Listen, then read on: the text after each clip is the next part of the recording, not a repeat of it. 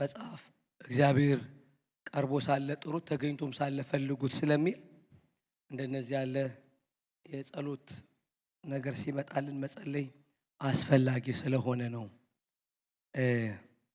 ሁለት ደግሞ እግዚአብሔር በሚሰጠን እንደነዚህ ባሉ ጊዜያቶች ውስጥ ብለን ፕሮግራም ብቻ ሳይሆን ለሚቀጥለው ለእያንዳንዱ ቀናችን የሚሆን ደግሞ አቅም የምንካፈልበትንም የእግዚአብሔርን ጸጋ እንድንካፈል እግዚአብሔር እንደዚህ ያሉ ጊዜያቶችን እንዲያበዛልንም እንጸልያለን። አንዳንድ ጊዜ ችላ የምንላቸው ነገሮች ቅድም እንዳልኳችሁ የተለያየ ነገር ወደ ህይወታችን ስለሚጋብዙ ሩቅ ከሄድን በኋላ አንዳንዴ እንነቃለን። ሩቅ ከሄድን በኋላ ማለት ነው። እግዚአብሔር ግን ቅርብ እያለን ሊያነቃና ሊቀሰቅሰን ሲፈልግ ንቅት ብሎ ከመጣለን ከእግዚአብሔር ሐሳብ ጋር አንድ መሆን ገብቷል። ሚንግልድ ማድረግ መጋባት መርጅ ማድረግ አስፈላጊ ነው። ምክንያቱም እግዚአብሔር ህይወቱንም ሊያበዛልን ስለመጣ እና ሁሌ እንደምላችሁ ራይት ዶክትሪን አይደለም። በቃ ክርስትና it's not about right doctrine right doctrine አይደለም። ራይት ጥቅስን ማወቅ አይደለም። ጥቅሶቹን ማወቅም አይደለም። እና ህይወት እንዲሆንና እንዲበዛ የመጣ ደሞም ክብሩንም ማንነቱንም በመካፈል ወደ አንድ ማህበር የተጠራንበት ጥሪው እውነት ስለሆነ የገባንበት ማህበር ውስጥ ነገር በሚገባን ቋንቋ ሊተረጎም ይችላል እንጂ ነገር ግን ከቋንቋም ከቃላትም እንደሚበልጥ እናውቃለን። ምክንያቱም ቃላት በራሳቸው ኢሴንስ ያላቸው ማንነት ያላቸው ቢሆኑም የተጠራነው ግን ከአካል ጋር ህብረት ለማድረግ ነው። የተካፈልነውም ደግሞ በቃላት ይተረጎማል እንጂ ህይወት ነው። ህይወት ማለት way of life ነው። የህይወት ስርዓት ነው የተካፈልነው። እና ወደዚህኛው መንቃትና ብርሃን ካመጣን ሁሉን አላይን ለማድረግ በዚህ ውስጥ እግዚአብሔር በሰጠን ጸጋና እግዚአብሔር ባበዛልን ኃይል ይሄንኑ እየገነባን ነው መሄድ ያለብን። አንድ ቀን እግዚአብሔር ደግሞ በዚህ ውስጥ ሊያደርግ የሚፈልገውን ነገር በብርቱ ሲያደርግ እናየዋለን። ስለዚህ ትክክል በማወቅና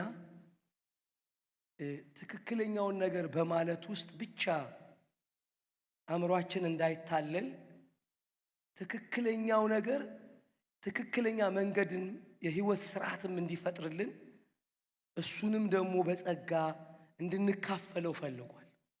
ይሄን ደግሞ እግዚአብሔር ሊያደርግልን ይሄንን ደግሞ ሲዘን ስላመጣልን በዚህኛው እውነት ውስጥ በአንድ ፈቃድ ይሄንኑ እያደረግን ይሄንን እያሰብን ይሄንን እየጸለይን እንቀጥላለን።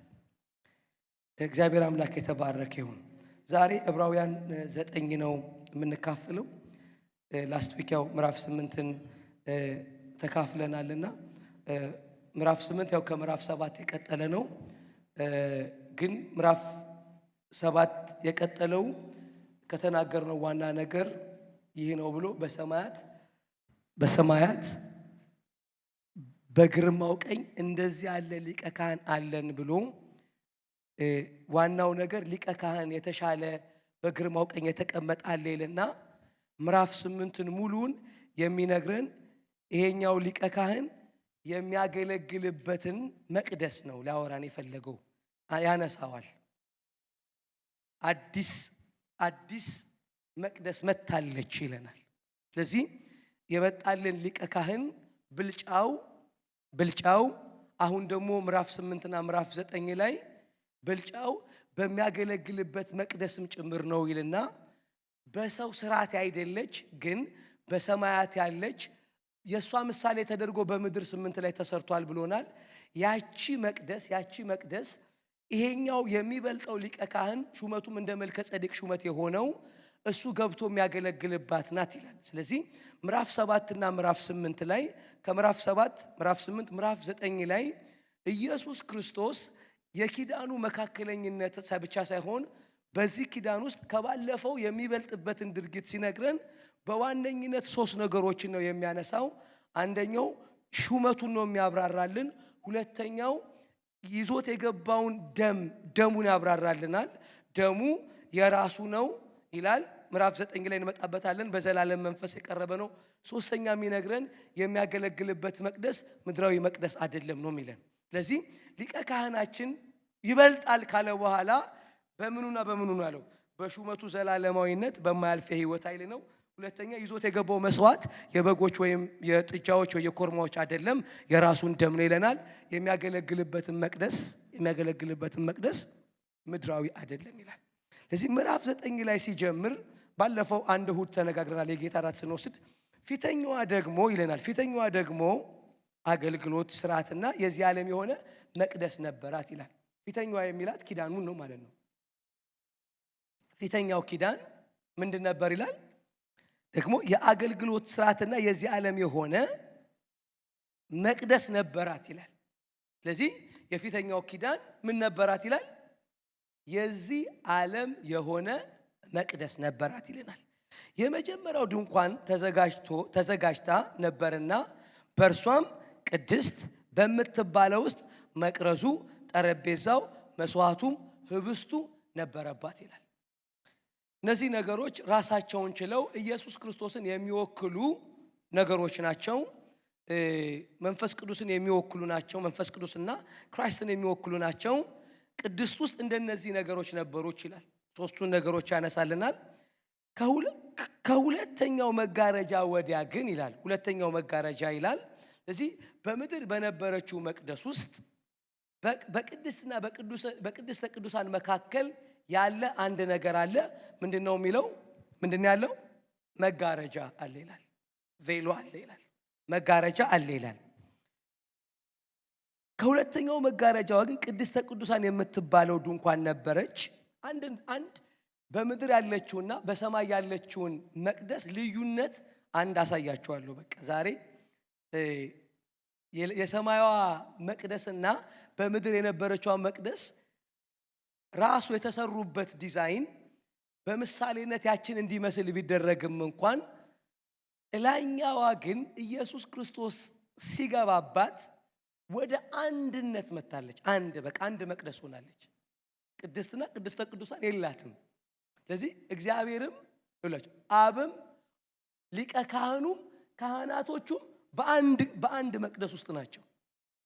ለምሳሌ መጋረጃው ስለሌለ በቅድስትና በቅድስተ ቅዱሳን መካከል ያለው ሁለትነት የለም።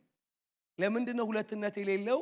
የገባው መጋረጃውን ያስወገደ ስለሆነ በሰማይ ባለችው መቅደስ ውስጥ ቅድስትና ቅድስተ ቅዱሳን አንድ ናቸው፣ አንድ አካል ናቸው። ስለዚህ እግዚአብሔርም ሊቀ ካህኑም ካህናቶቹም አንድ ሴቲንግ ውስጥ ነው ያሉት። ስለዚህ ይሄንን ሰሞኑን በመነባረው እውነት ውስጥ ምን ያያለን? ይሄንን ግን ላሳያችሁ። ከሁለተኛው መጋረጃ ቅድስተ ቅዱሳን ነበረች። በዚያም ውስጥ የወርቅ ማጥንት ነበረ። ሁለተኛውም በወርቅ የተለበጠች የኪዳን ታቦት፣ በእርሷም ውስጥ መና ያለበት የወርቅ መሶብና የበቀለች የአሮን በትር የኪዳኑም ጽላት ነበሩ ይላል። በዛ ውስጥ እነዚህ ነገሮችም ለመታሰቢያ እግዚአብሔር ስለፈለጋቸው የተቀመጡ ናቸው። እቺ ዱላዋ ያለችው የበቀለችው የአሮን በትር አሮንን በሊቀ ክህነት እንደፈለገ ነው። በወርቅ መሶብ የተቀመጠችው መና ደግሞ እግዚአብሔር ሕዝቡን መና እያበላ እንዳመጣቸው ምስክር እንዲሆን ያስቀመጠው ነው። ሌላ ደግሞ የወርቅ ማጠኛ ነበረው ይላል። ምክንያቱም ወደ ቅድስተ ቅዱሳን ሲገባ ስሙኝ፣ ሊቀ ካህኑ ወደ ቅድስተ ቅዱሳን ሲገባ ጨለማ ነው። ከላይ ከታች የተደፈነ ነው። ከጨለማው በላይ ምን ያደርጋል መሰላችሁ? በዛ የወርቅ ማጥንት ቤቱን ሁሉ በጭስ ይሞላዋል። ቤቱን በጭስ የሚሞላው ለምንድን ነው? በየትኛው መንገድ ወደ ታቦቱ ወደ ኪሩቤሎቹ እንዳይመለከት ነው። አካል ሰውየው ሊቀ ካህኑ ሲገባ ከመግባቱ በፊት ቤቱ ራሱን ችሎ ጨለማ ነው። ጨለማ ውስጥ ደግሞ ምን ያደርጋል መሰላችሁ? ቤቱን በጭስ ይሞላዋል፣ ያጥነዋል። ለምንድን? ሲገባ ከእግዚአብሔር ጋር ፊት ለፊት እንዳይታይ፣ ከታቦቱ ጋር እንዳይታይ ስለሚፈለግ ማለት ነው። ስለዚህ እችኛዋ እግዚአብሔር ሰውየውን ለማዳን የሚጠቀምባት በዓመት አንድ ጊዜ የሚገባባት ስርዓት ውስጥ አንዱ ይሄ ነው። በላዩም ማስተሰሪያውን የሚጋርዱ የክብር ክሩቤል ነበሩ ይላል። ይሄ ማስተሰሪያውን የሚጋርዱ የክብሩ ኪሩቤል የሚባሉት ታቦቱ ውስጥ የተቀመጠው ሕግ ስለሆነ በሕጉ ላይ እንዲቀመጥ የተፈለገው የማስተሰሪያው ክዳን ነው። የስሬት መክደኛ ይለዋል የሮሜ 3 ላይ የስሬት መክደኛ ነው የሚለው። እዚህ ጋር ይላል በላዩም የማስተሰሪያውን የሚጋርዱ የክብር ኪሩቤል ነበሩ ይላል። ስለዚህ ማስተሰሪያውን የሚጋርዱ ማለት የተሰሩት በማስተሰሪያው ላይ ነው። ክንፎቻቸውን ዘርግተው እንደዚህ ሁለት ሆነው እንዲጋርደውት የተሰሩት ነው። የተሰሩት ግን ኪሩቤሎቹ የስሬት መክደኛው ላይ ነው። የስሬት መክደኛውን ግን ራሱ የተደረገው ታቦቱ ከተሰራ በኋላ ሕጉን እግዚአብሔር የሰጠውን 10ቱን ትእዛዛት በታቦት ውስጥ አድርገውና ይለዋል።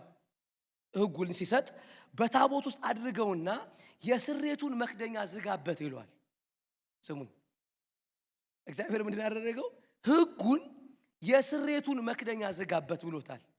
ስለዚህ ደሙ የሚረጨው ሲገባ በዓመት አንድ ጊዜ በስሬት መክደኛው ላይ ነው፣ በኪሩቤል ላይ ነው። ሕጉ ባይከደን ግን ማንም በእግዚአብሔር ፊት መኖር አይችልም። ስለዚህ ምን አድርጎታል? እግዚአብሔር ሕጉን በታቦት ውስጥ አድርጎ በስሬት መክደኛ ከድኖበታል። በመጀመሪያውም ኪዳን ቢሆን ሕጉ ምን ተብሎበታል? በስሬቱ መክደኛ ዝጋበት ነው እንደሚለው፣ ክደነው ነው የሚለው። ለምንድን ነው ይሄን የሚያደርገው? አንድ ቀን የሚመጣ የስሬት መክደኛ ሆኖ የሚመጣ አንድ አካል አለ። አሜን ነው ወይ? የስሬት መክደኛ ሕጉን ሁሉ ምን የሚያደርግ ነው? የሚከድን ነው። የሚከድን ይመጣል። አሜን ነው ወይ?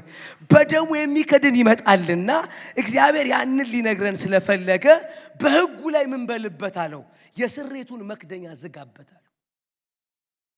ስለዚህ ደሙ ሁሉ ጊዜ የሚረጨው በስሬቱ መክደኛ ላይ ነው። በስሬቱ ነው። ይህም ተዘጋጅቶ ነበረ ይላል። ሁለተኛው ግን ሊቀ ካህን ማስተሰን። ስለዚህ ስለ እያንዳንዱ ልናገር አሁን አልችልም አለ። ይሄ እያልኩ መናገር አልችልም። ይህም እንደዚህ ተዘጋጅቶ ሳለ ይላል ካህናት አገልግሎታቸውን የሚፈጽሙት ዘወትር በፊተኛይቱ ድንኳን ነው የሚገቡባት። አሁን ዘወትር የሚገባው የት ውስጥ ነው አለ? በቅድስት ውስጥ ነው የሚገቡት። በፊተኛው ድንኳን ውስጥ እንጂ የሚገቡት በቅድስተ ቅዱሳን ውስጥ ካህናቶቹ አይገቡም ማለት።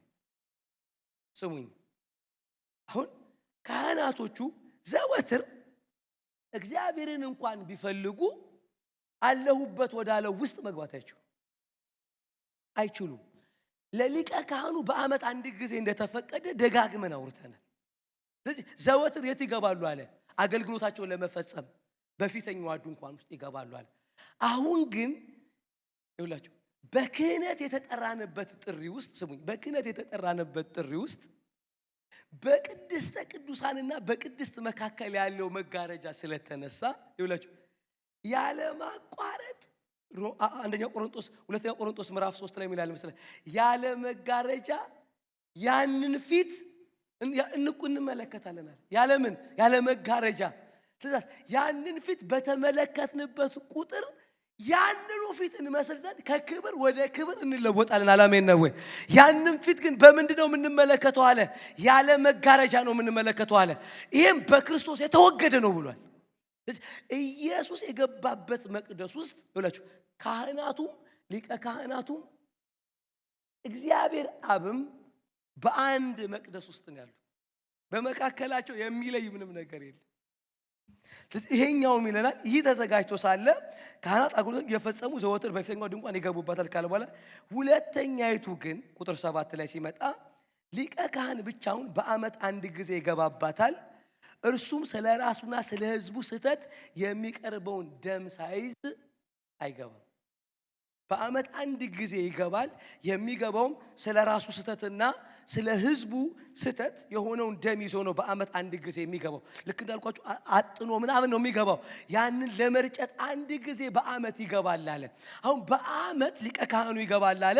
አሁን ግን ይላል ይሁላችሁ ፊተኛው ድንኳን በዚህ ገና ቆማ ሳለች ወደ ቅድስት የሚወስደው መንገድ ገና እንዳልተገለጠ መንፈስ ቅዱስ ያስረዳናል ይላል። ይህንን ባለፈው ተነጋግረናል።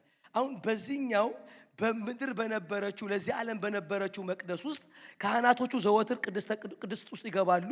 ሊቀ ካህኑ በዓመት አንድ ጊዜ ወደ ቅድስተ ቅዱሳን የራሱንም ስህተት የሌሎችም ስህተት ይዞ በደም ይዞ ይገባል ካለ በኋላ በዓመት አንድ ጊዜ በደም ይገባል ብሎ በዚህ ስርዓት ስለሰጠን መንፈስ ቅዱስ በዚህ ስርዓት ውስጥ አንድ ነገር ሊያስረዳን ፈልጓል። ምንድነው ሊያስረዳን የፈለገው? ወደ ቅድስተ ቅዱሳን የሚወስደው መንገድ ገና ምን እንዳላለ እንዳልተመረቀ ይላል፣ እንዳልተከፈተ።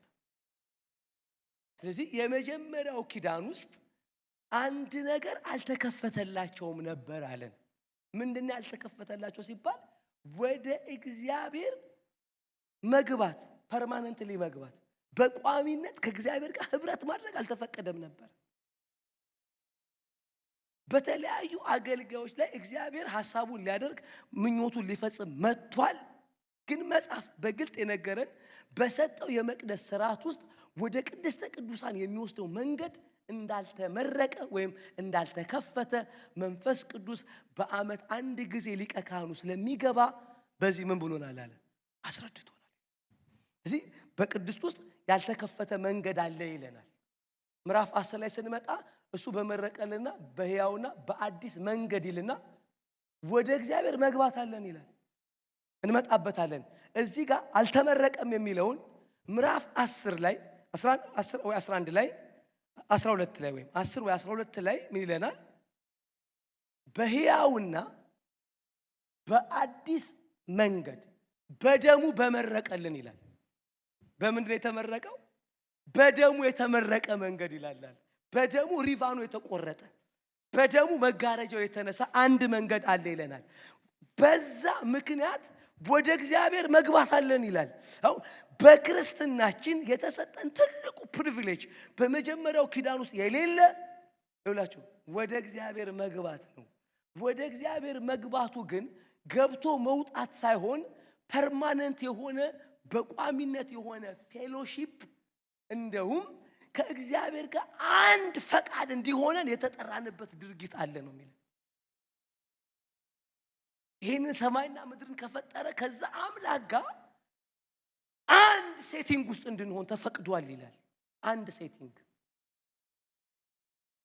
አንድ መቅደስ እንዲሆንልን እዚህ ላችኋል። ስለ ክህነቱ ስንነጋገር ካህናቶቹ የሚበሉት ምግብን ስናነሳ ተዝላችኋል። የካህናቶቹ ምግብ ለእግዚአብሔር ከቀረበው ይብሉ አይደለም የሚለው። ካህናቱ ከማን እንዲበላ የተፈቀደው? ለእግዚአብሔር ከቀረበው ይብሉ ይላል። ወይም ደግሞ ከእግዚአብሔር የተረፈው ለካህናት ይሰጥ እንጂ ለማንም አይሰጥ ይላል። እላችሁ ይሄንን ፕራክቲካል ያደረገው በመቅደሱ አንድነት ውስጥ ነው። መቅደሱን አንድ አድርጎታል። በእግዚአብሔር ደስታ መደሰት የሱን መብል የኛ አድርጎታል። ማለት በእኛ እግዚአብሔር ለሱ ከቀረበው ካህናቶቹ እንዲበሉ ኢንቫይት አድርጓል። እዚህ ጋር ምን ይላል መሰላችሁ? የተመረቀው መንገድ ካህናቶቹ የገቡበትና የወጡበት ብቻ ሳይሆን አዲሱ ካህናቶቹ በቋሚነት ከእግዚአብሔር ጋር ህብረት የሚያደርጉበት ነው። ይሄን ያስረዳናል ይላል ቁጥር 9 እና 10 ይህም ለአሁኑ ጊዜ ምሳሌ ነው። እንደዚሁ መባን መስዋዕት ያቀርባሉ። እነዚህ እስከ መታደስ ዘመን ድረስ የተደረጉ ስለ ምግብ፣ ስለ መጠጥ፣ ስለ ልዩ ልዩ መታጠብ የሚሆን የሥጋ ሥርዓት ብቻ ናቸው። የመጀመሪያው ኪዳን ውስጥ የተደረገው ነገር ስሙኝ። የመጀመሪያው ኪዳን ውስጥ የተደረገው ነገር መጽሐፍ በግልጥ ነው የምላችሁ። በግልጥ መጽሐፍ ቅዱሳችን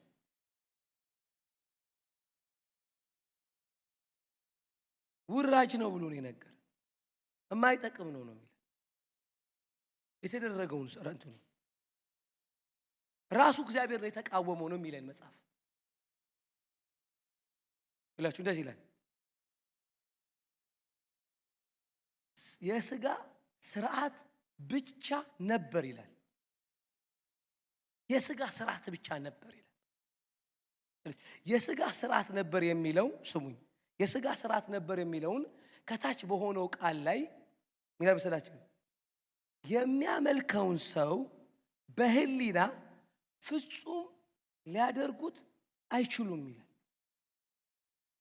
ይሄ የሚደረገው ስርዓት ሁሉ ካህናቶቹ ዘወትር ገብቶ የሚያገለግሉት ሊቀ ካህኑም ገብቶ የሚያገለግለው የሥጋ ስርዓት ብቻ ነው ይላል።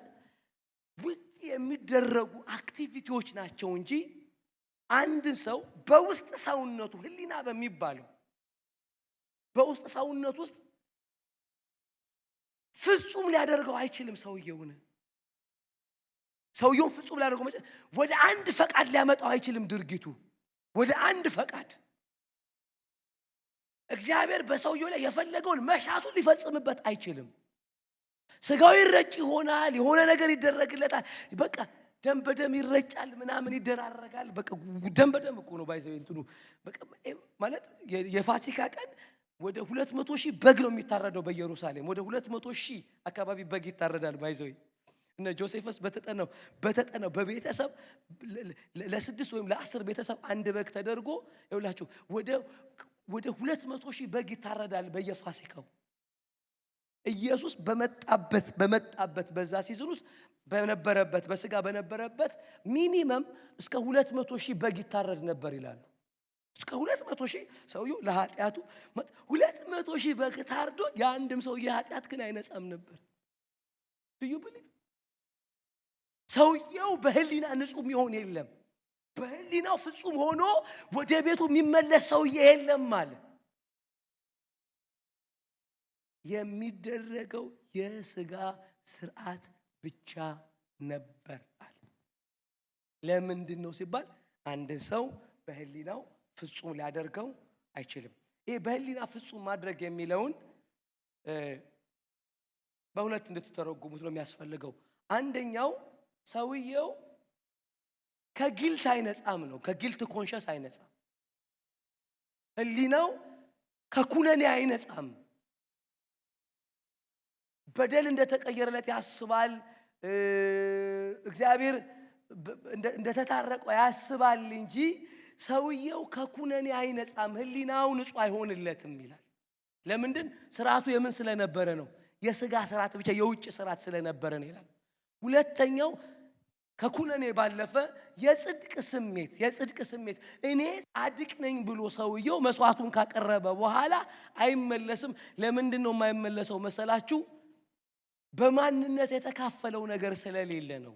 በማንነት የተካፈለው ነገር ስለሌለ ነው። ስለዚህ ሰውየው ያንን ያደርጋል፣ ወደ ቤቱ ይመለሳል፣ በሆነ ቀን ይመጣል፣ ያንን ያደርጋል፣ ይመላለሳል እንጂ መጽሐፍ ይሄንን የሥጋ ስርዓት በህሊና ማንንም ፍጹም ማድረግ የማይችል ብሎታል። ነገር ግን ክርስቶስ ይላል ቁጥር 11 ላይ ሁለት ቁጥሮችን ካየን በኋላ እንጨርሳለን። ይመጣ ዘንድ ላለው መልካም ነገር ሊቀ ካህን ሆኖ በምትበልጠውና በምትሻለው በእጅም ባልተሰራችው ማለትም ለዚህ ፍጥረት ባልሆነችው ድንኳን ስሙኝ። ስለዚህ አሁን ኢየሱስ ቀድሞ ካገለገሉት ሊቀ ካህን የሚበልጥበትን ነገር ሲናገር በተሻለ መቅደስ ነው ያገለገለው ይለናል። በተሻለ መስዋዕት ነው ያገለገለው ይለናል። ስለዚህ ነገር ግን ክርስቶስ ይመጣ ዘንድ ላለው መልካም ነገር ሊቀ ካህን ሆኖ በምትበልጠውና በምትሻለው ለምንድን ነው የምትበልጠውና የምትሻለው? በእጅ ስላልተሰራች ማለትም ይልና ለዚህ ፍጥረት ባልሆነች ድንኳን ይላል ነው የገባው ሊቀ ካህናቱ። ስለዚህ ሊቀ ካህናችሁ የተናገረው ዋና ነገር ቢሆንም በግርማው ቀኝ ተቀመጠ ያለው ከዚህ በፊት ካገለገሉት በአሮን ስርዓት ውስጥ በሙሴ ሕግ ውስጥ በመጡት ውስጥ የሚበልጠው በአንደኛው ነገር ላሳያችሁ ካለ በኋላ እሱ እኮ የሚያገለግለው በምትበልጠው ድንኳን ነው ይለናል። አሜን ነው ወይ? በምትሻለው ነው፣ በእጅ ባልተሰራችው ድንኳን ነው የሚያገለግለው ይለናል። ስለዚህ ይሄ ደግሞ የዘላለምን ቤዛነት አግኝቶ አንድ ጊዜ ፈጽሞ ወደ ቅድስት በገዛ ደሙ ገባ እንጂ በፍየሎች ወይም በጥጃ ደም አይደለም ይላል። እነዚህ ሁለት ነገሮችን ለሪቪዥን የሚሆን ልንገራችሁ። ሲገባ የገባው የዘላለምን ቤዛነት አግኝቶ ስንት ጊዜ ገብቷል አለ? አንድ ጊዜ ምን ብሎ ፈጽሞ ነው የገባው። አንድ ጊዜ ሲገባ ለዘላለም ነው የገባው፣ አይወጣም። ኢየሱስ አንድ ጊዜ ገባ፣ ከዛስ አልወጣም አለ። ሳይወጣ ሲቀር ይሄንን ትዝ ይላችኋል። ያንን ሊቀ ካህን እግዚአብሔር እንደተቀበለው ያወቅነው ስለቀረ አይደለም ብለናል። ትዝ ይላችኋል አይደል? ስለቀረ ሳይሆን እንደተቀበለው በምን አወቅን ብለናል? መንፈስ ቅዱስን እግዚአብሔር ምን አለው? ላከልን። ልክ መንፈስ ቅዱስ ሲመጣ ምንድን ነገረን አለ? ኢየሱስ እንደከበረ ነገረን። አሜን ነው ወይ? ምክንያቱም የሊቀ ካህኑ መግባት ሳይሆን ሊቀ ካህኑ ይዞት የገባው መስዋዕት ተቀባይነት እንዳገኘ የምናረጋግጠው ሊቀ ካህኑ በህይወት ምን ሲል ነው ብለናል? ሲወጣ ነው ብለናል። አንድ ግን የገባ አለ። ሲገባ ደግሞ ለዘላለም ነው የገባው አለ። የገባው ደግሞ በእግዚአብሔር በግርማው ቀኝ እንዲቀመጥ ነው አለ። ገብቶ በግርማው ቀኝ ሲቀመጥ፣ በግርማው ቀኝ የተቀመጠው ይሄ ሊቀ ካህን እግዚአብሔር መስዋዕቱን እንደተቀበለው ያረጋገጥነው አንድ የወጣ አካል አለ ብለናል። ይሄ ግን የገባው ስሙ፣ ይሄ ግን የገባው የዘላለምን ቤዛነት አግኝቶ ነው ይላል። ስሙኝ፣ የዘላለምን ቤዛነት አግኝቶ ማለት ለኢየሱስ ቤዛ የተገኘለት ሳይሆን ይሄ የገባው ነገር ለዘላለም ቤዛነት የሚሰራ ነው ማለት ማንንም ሰው ለዘላለም የሚቤዠውን ይዞ ነው የገባው። አሜን ነው ወይ? አንዴ ነው የገባው። ግን አንዴ በገባበት የሚያምንበት ሁሉ ሰውዬ ለዘላለም መቤዠትን ያገኛል። አሜን ነው ወይ?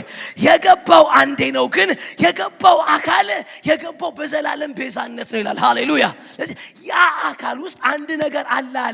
የሚያምንበትን አካል የዘላለም ቤዛነት። ስለዚህ ኢየሱስ የገባው የዘላለምን ቤዛነት አግኝቶ ነው ይለናል።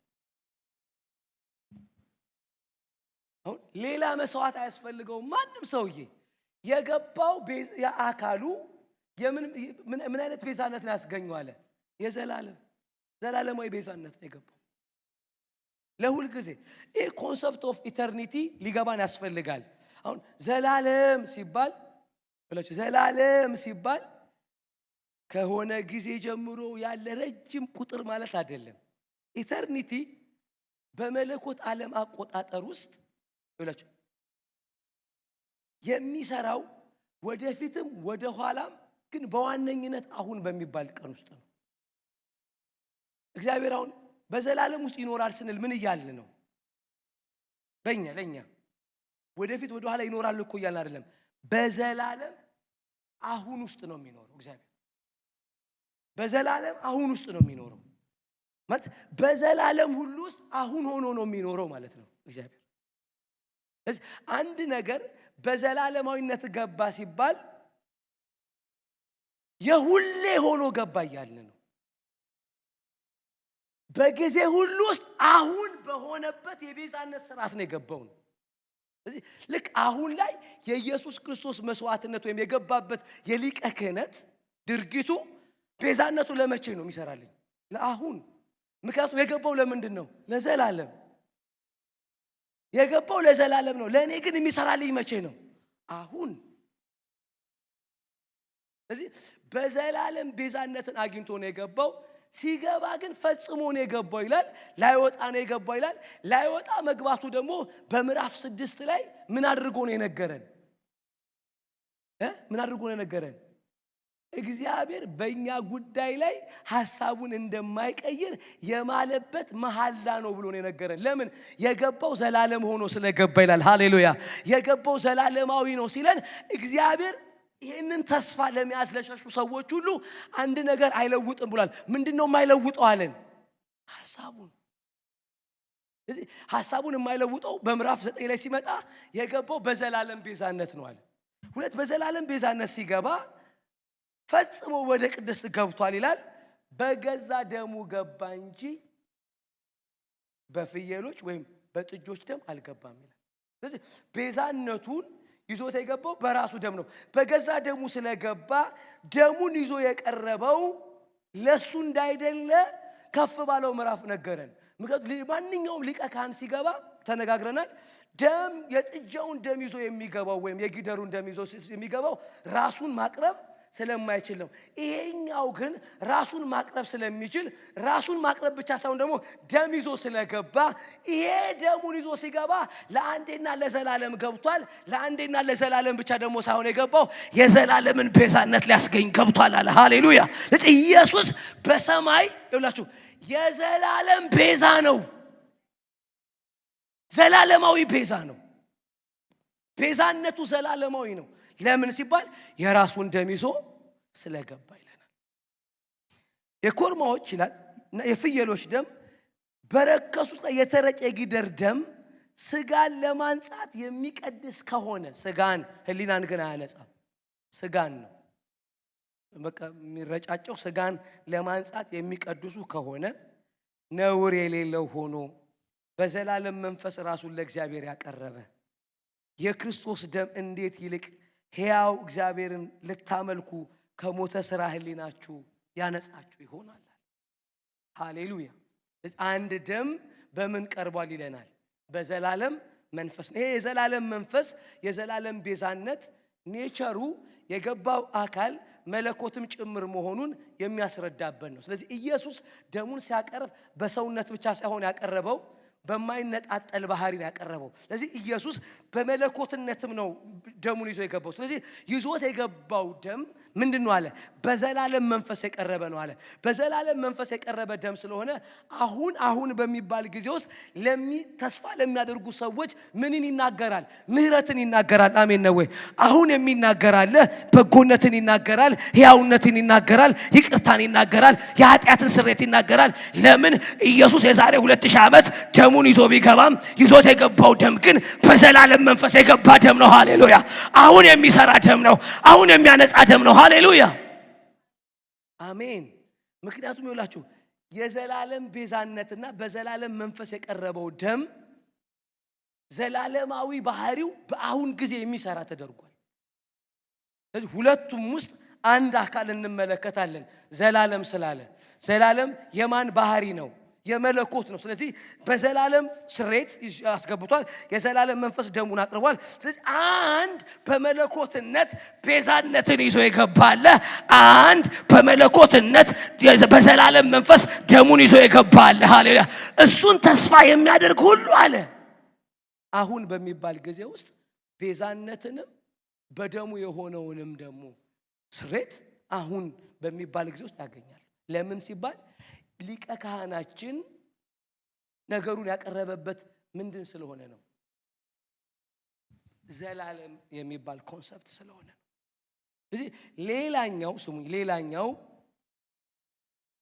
በምድር ከነበረችው ስርዓት የተለየ ኢየሱስን የሚበልጥ የሚያደርገው ቤዛነቱም ደሙንም ያቀረበው በዘላለም ስለሆነ ነው።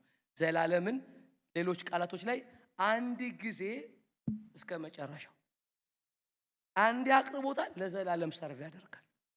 አንዴ ነው ፕሬዘንት ያደረገው፣ ዘላለማዊ ነው ግን ባህሪው። ስለዚህ ማናችሁም ወደ እግዚአብሔር ጋር ስትሄዱ በድፍረት ያንን ነገር ለመቀበል ይላችሁ ለመቀበል ህሊናችሁን በእምነት የሚሞላ ነገር ቤዛነቱንና ደሙ የቀረበበትን የዘላለምን መንፈስ መረዳት ነው።